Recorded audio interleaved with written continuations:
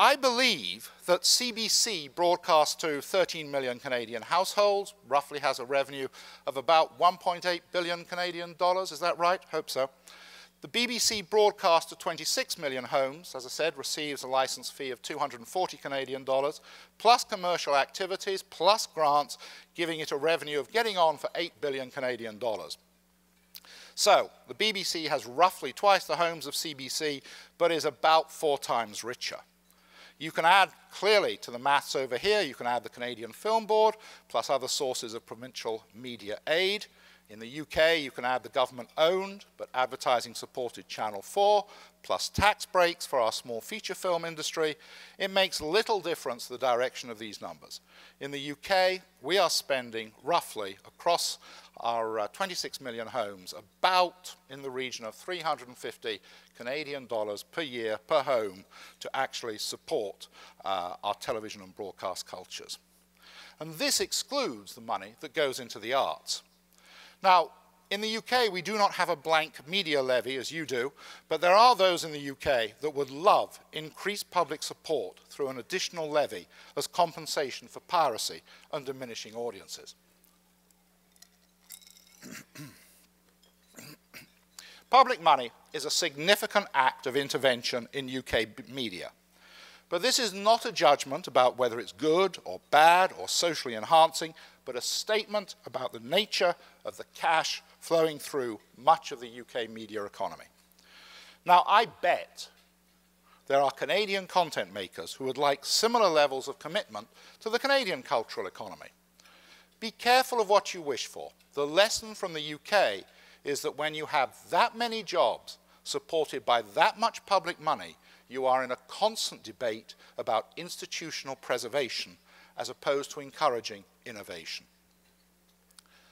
The way I think about the UK's public funding of its broadcast economy is, let's face it, most of us have areas in our lives where we spend disproportionate amounts of money on the things we love.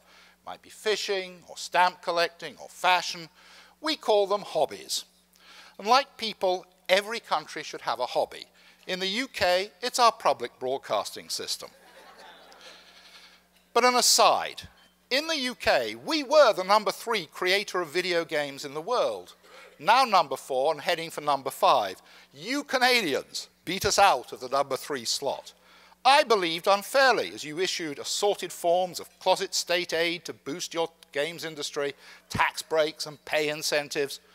However, while writing this talk and looking at the UK's public broadcasting not as culture but as interventionist cash, I felt my moral high ground wobbling a little. In the UK, public broadcasting is our hobby. Now, we all see our own hobbies as harmless, gentle pastimes. Collecting stamps is just an engaging diversion. I have forcibly evicted my neighbor to get his house to store my stamp collection. Could be deemed a tad compulsive. But the thing about hobbies is that if you had run out of storage room for your stamps, that would seem like a perfectly reasonable thing to do. We are seldom aware when our pastime has strayed into obsession and is diverting us from what we should be doing. Hobbies, like alcohol, are okay in moderation, but you can get obsessive and addicted. There are those in Britain who wonder what else we could do if we were not so consumed with our hobby of public service broadcasting. Maybe as Britain we should join a 12-step program to help with PSB addiction. Good evening, my name is Great Britain. I'm a public broadcasting-aholic. It's been a week of bad craving, wanting just one more public news service. But then I realized that for me, there is no such thing as social public broadcasting. It always starts as a little local finance news service, and by next morning, I'm on a global satellite binge. As a UK citizen, I would be reassured if we were putting more of our TV tax and license money into a wider portfolio of new media investments, not least games. That said, it's important to note the BBC provides UK citizens with their most viewed television across 4 national TV channels, most listened to radio on 8 national channels, dozens of regional variants, and websites. It funds orchestras and writers and pushes broadband connections with their catch-up service iPlayer. It gives an outlet for politicians, and most of all, generates a wide range of cultural reference points that contribute to the national identity. Opinion polls show it's popular, there is little resentment about paying the license fee, and it's going through a golden age with great programs, especially documentaries which are unlikely to be made by others. But the BBC's glory rests on the dictatorial philosophy that you can't trust the public to know what's good for them. This is not necessarily the BBC's position, but part of a political consensus that has evolved over the years where the UK voter is given little say. I would freely pay the BBC their $240 a year. The sadness is I am not trusted to vote for them with my cash. Now, why does this matter?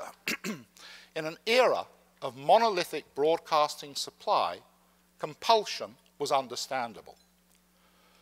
But compulsion is hard to maintain when you exist in a world of increasing choice. Imagine walking into Indigo and once past the door were not allowed to move into the shop until you paid a compulsory $240. In return, you were made to take a stack of books, some wonderful, some desirable, many of no interest. And only after you had paid this entrance fee were you allowed to move into the rest of the shop to purchase what you will. This is analogous to how the UK license fee works in a free market of audiovisual product. I believe that compulsory license fees and culture taxes go against the current trend that it's hard to maintain the dictate of provision against a wave of democratization. But, as you will hear in a moment, in this rising sea of information, you may yet feel there is a need to preserve national culture and identity through tax. Now, you are probably wondering, and you should be wondering, why? Why has he inflicted all of this on us? Because this is not a debate about a British institution. It's a debate about traditional analog suppliers, and you have plenty of them here. They are all variants on the issue of dictated supply. For the purposes of this talk, the BBC becomes a metaphor for all of us raised in the limited supply of the analog world. The question at the heart of this becomes, what is a BBC, or a PBS, or a CBC, or an NHK in a post-broadcast world? By comparison with the fecundity of digital, all legacy analog suppliers look like, if not monopolies, then oligopolies. And oligopolies rest on the collective dictate of a fettered market.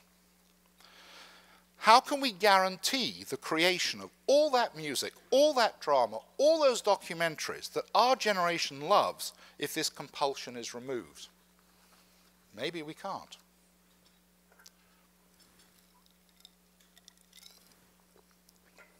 Now, digital has become another one of those Babel words. It's just 3 enervated syllables describing rebased economics. Rebased economics means no barriers, no boundaries, and no borders. The broadcast media world we knew was based on those 3 Bs. With those barriers gone, there is little scarcity in a recording, and we were all in the scarce recording business. How do we preserve what we know, what we are comfortable with, if dictated culture is removed once those boundaries are down? Now, it's a truism to say there is no geography in a net world, but there is no geography, and if there is no geography, who are you? And with that, we come to a major routine in the software of our brains. It's identity, that deep, tribal, are you one of us or one of them questions. We humans are economic units hardwired for scale, the scale conferred by family, tribe, and nation, the scale conferred by religion, ideology, and community, the scale driven by identity.